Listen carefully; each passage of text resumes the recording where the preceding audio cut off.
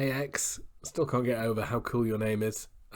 Just so you know, I've made a copy of this, so this will not appear in yours, and I will give you a link to all this, just in case you're worried I might have messed up your document. So thank you for picking up one of my coffee critiques. Hope you find it useful. Before we start, I just generally, when I do these, I like to throw every single brain fart I have in your direction, just in case it's useful, or just in case, even if you can't use it in this email, it's something that might come in handy further on the line or make your life better in any way, shape or form. So while there are a few notes in this and just ideas that come to me when I read stuff, obviously, you make whatever changes you like and take the ideas with a grain of salt. So let's have a look at this then. So So I like this. I think it's weird because a jar of honey quintupling business is hooky enough and it's curiosity building enough. But I don't know, for some reason I was just curious about how we could get some more curiosity out of the jar of honey. So I don't know.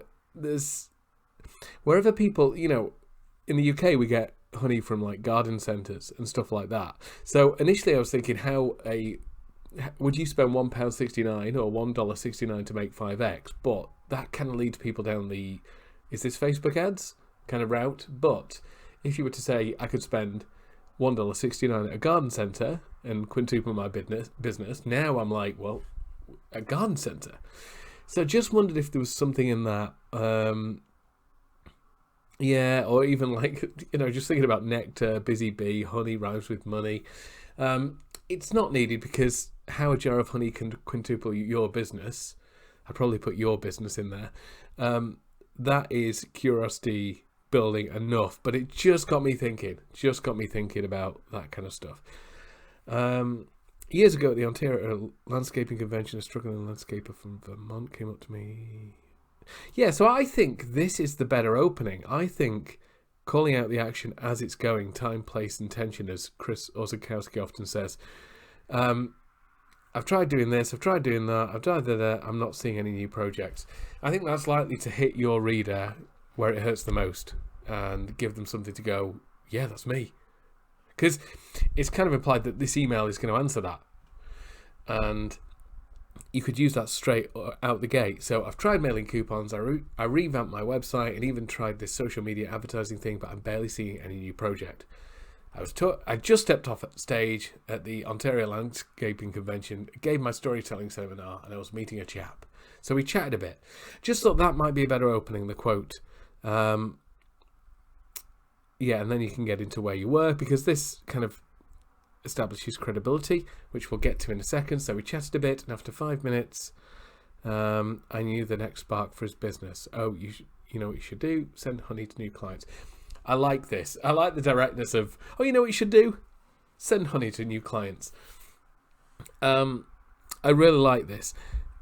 But it does, even with the business storytelling seminar bit up there and you were on stage, it still seems a bit random. So we chatted a bit. After 5 minutes, I had the next spark for his business. You should send honey to your clients. It sounds like there's no kind of process there. And we don't have to give them the process, but I just thought if there's something we could put in here. So we chatted a bit, and using some of the ideas I mentioned on stage, in 5 minutes, I knew I had the answer. Send honey. So it sounds like there's a process. It doesn't sound like a random brain fart, is what I'm kind of getting away from here. So yeah, whether it's just using an idea I talked about 5 minutes ago on stage, or using one of the techniques I've been honing for the last 20 years, I knew I had the next spark for his business. And there's a chance here to kind of, he looked surprised. And that's a small thing to select. And I think this is, as you would be, because without any kind of context, it does seem a bit random. And I think you've got a kind of chance to break the fourth wall here and say, he looked surprised, maybe you do too. But as you'll see in a moment, as I reveal in a moment, there was a method behind my madness. So I think it's just giving them the sense that there's a process going on here. Because the idea of sending honey to clients is mad and nobody's ever going to come up with that. So it kind of makes you want to think, well, how can I come up with that? If that quintuples his business, I've seen the subject line, how can I come up with those ideas? There's a process here. I need to learn it. So yeah, just putting something in this bit just to let them know it isn't a random fact. You weren't just, you're not a honey salesman or anything like that. There's a process behind this, and it's something that can be learnt, or, something that they want to kind of sit up and take notice of. I talked before about the credibility. You've been on stage, you've just given a seminar. You could always add a bit of credibility in here. Yeah, so because at the moment, like just with this story, it's after 5 minutes, you should send honey. He looked surprised, but you had that kind of, oh, why the heck not? I think this is a good chance, unless it's overkill, but this would be a good place to put some kind of credibility in there. So he looked surprised, but he had this kind of, oh, why the heck not look on his face. He knew about me. He knew about my reputation. He'd seen my presentation. He knew my stuff worked. So he thought, well, why the heck not? And then we parted ways and exchanged contact emails. So it's just a chance. So this guy doesn't look like a kind of, oh, it's a last chance thing. He's just not, he's not throwing it all to the wind or anything like that. He's actually got some confidence that you actually know what you're talking about. Yeah, I just wanted to add a bit of drama to this. I didn't hear from him again until 6 months later. You don't have to do that, but it was just like, I'm always looking for moments like that when I can kind of take people on a roller coaster. I never heard from him again, and they go, oh, god damn it, until 6 months later. Oh, you just take them on that kind of roller coaster ride. I was going to say you could kind of tease this quintuple, but we've put it in the subject line, so they know it's coming anyway, so I'm not too bothered about that. No paid ads, no special Instagram strategy, and he didn't have to do a silly TikTok dance video. I like this. I like the third option for this. The one thing I was going to say is, without any kind of context, sending a jar of honey to clients could fall into the silly category. So I'd be tempted to change silly for something else, like embarrassing or energetic, or it doesn't have to be a negative thing, but it didn't have to do one of the, didn't have to bust out a TikTok dance every day or anything like that. But just change it from silly, because sending a jar of honey to a new client could be mistaken for something silly, and we don't want to put these two in the same category. But his success didn't come from just mailing honey to houses. I think you've got a chance here to kind of paint a little bit of an image in, say, but before you rush out to Whole Foods or your local garden centre, stock up on whatever brand is, pushing pensioners out the way as you go. I should tell you, success didn't just come from mailing honey to houses. Here's an idea I had. So obviously you've got the 2 bullet points here. So here's what he did, and here's why he did it. I just wondered whether there's a chance to, and you don't have to do this, but it's just something that occurred to me, to make this the kind of features, be even more plain about what he did. He sent honey from Vermont, the honey capital of the US. He included a handwritten letter, and he delivered it personally to each new client. So we give them the bare bones. So they go, right, okay, he sent it from Vermont, he wrote a letter, and he did this. And then you spill the beans. Here's why he sent it from Vermont. Because it's a proud connection to his home state. He wanted to work with people who've got this proud connection. Honey was a way of doing that. And he wanted to know, business, family, personal touch. That's why he did handwriting letters and personally delivered the honey. So it's a bit more of a kind of a 1-2 punch. You've sown the seeds here by mentioning locally sourced from his home state, his appreciation for their business and all that kind of stuff. But yeah, I just wondered whether and it might not be something you use in this email, but whether it's an idea we could just be how it would read with a bare bones. Here's what I did. Here's what he did. He sent honey from Vermont. He wrote a handwritten letter, and he personally delivered the honey to each new client. And it almost kind of builds, because we've got this. He sent honey, but his success didn't just come from mailing honey. No. He got it from Vermont. He gave a handwritten letter, and he personally delivered it. But that's not all, you see, because what he actually did was he got it from Vermont, which is his home state, because he only wants to work with people who appreciate the local society and have a proud connection to his home. And he wrote a handwritten letter because he wanted to share his appreciation for these people and why they're so valuable to the community. He wanted to feel that sensation. And he hand-delivered it because he wanted to look them in the eye and tell them how much he appreciated them. So it was that kind of stacking, and it all builds from like a jar of honey. But again, that's just one idea. And the relationship, I like this. He created with his new clients, became the story that spread around the town. And you can see that happening, You see, people think storytelling is about crafting the amazing Hollywood story. Yeah, the only thing I would say about this is pretty amazing. Quintuple your business with a jar of honey falls into the amazing camp, really, doesn't it? If somebody came to you and said you can 5x your business by selling honey by doing this, that's amazing.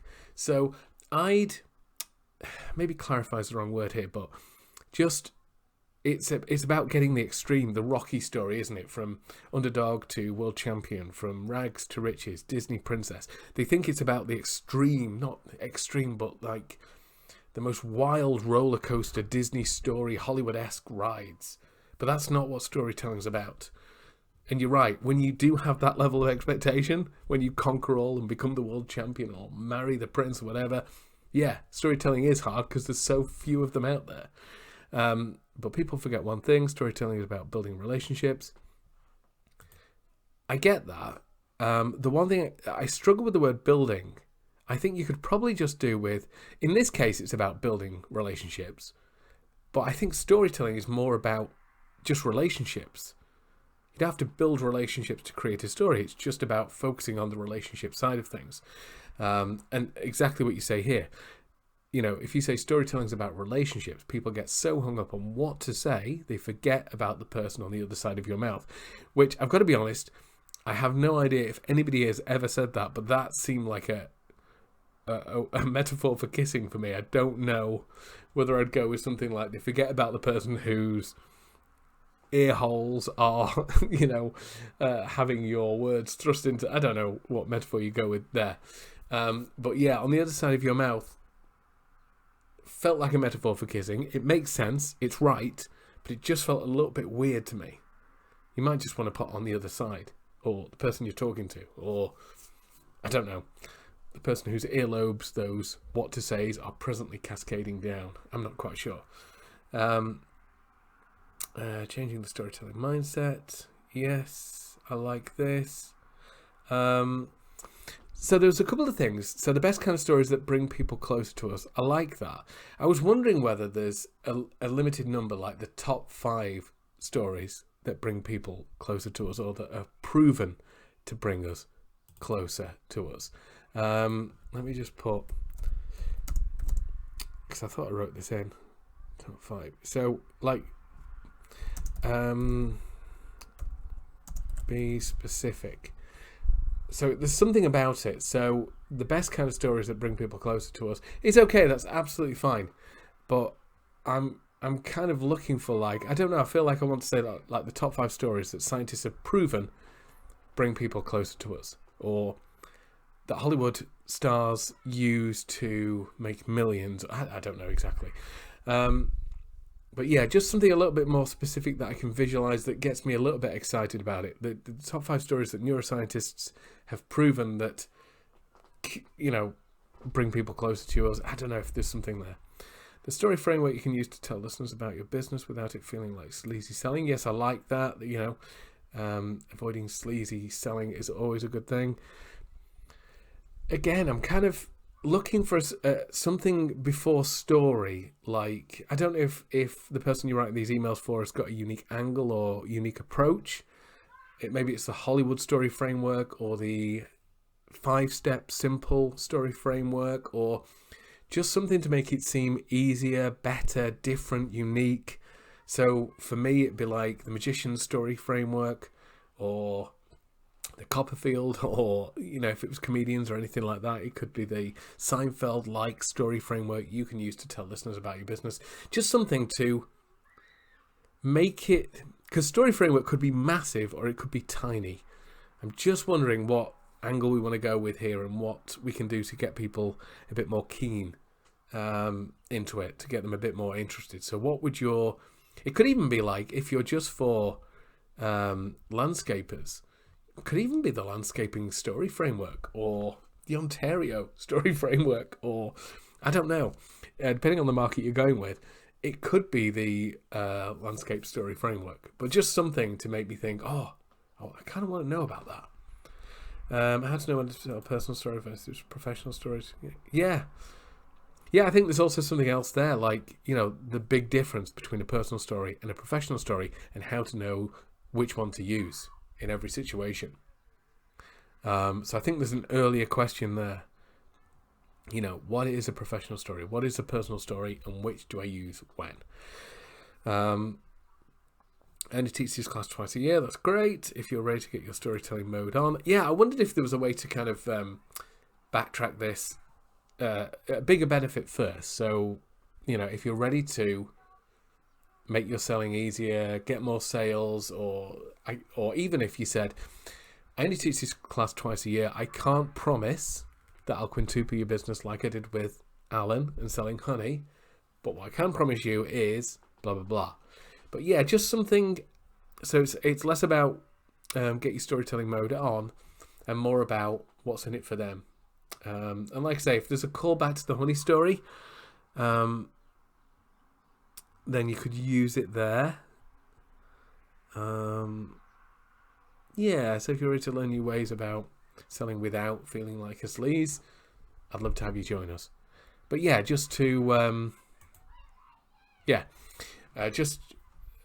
would be my only suggestion. Just take it away from the storytelling and just focus back on the benefits. And if you can call it back to the honey story or this guy, whatever, then that would be good, I think. Yeah, I think that's everything. If you've got any questions, I'll pop this on YouTube and put a link to this below it with all the comments, so I haven't dirtied up your original. But yeah, appreciate you doing this. If you have any questions, let me know. But hopefully you found that useful. Either way, do let me know, because I really appreciate the feedback. Thank you, man, and have a good weekend.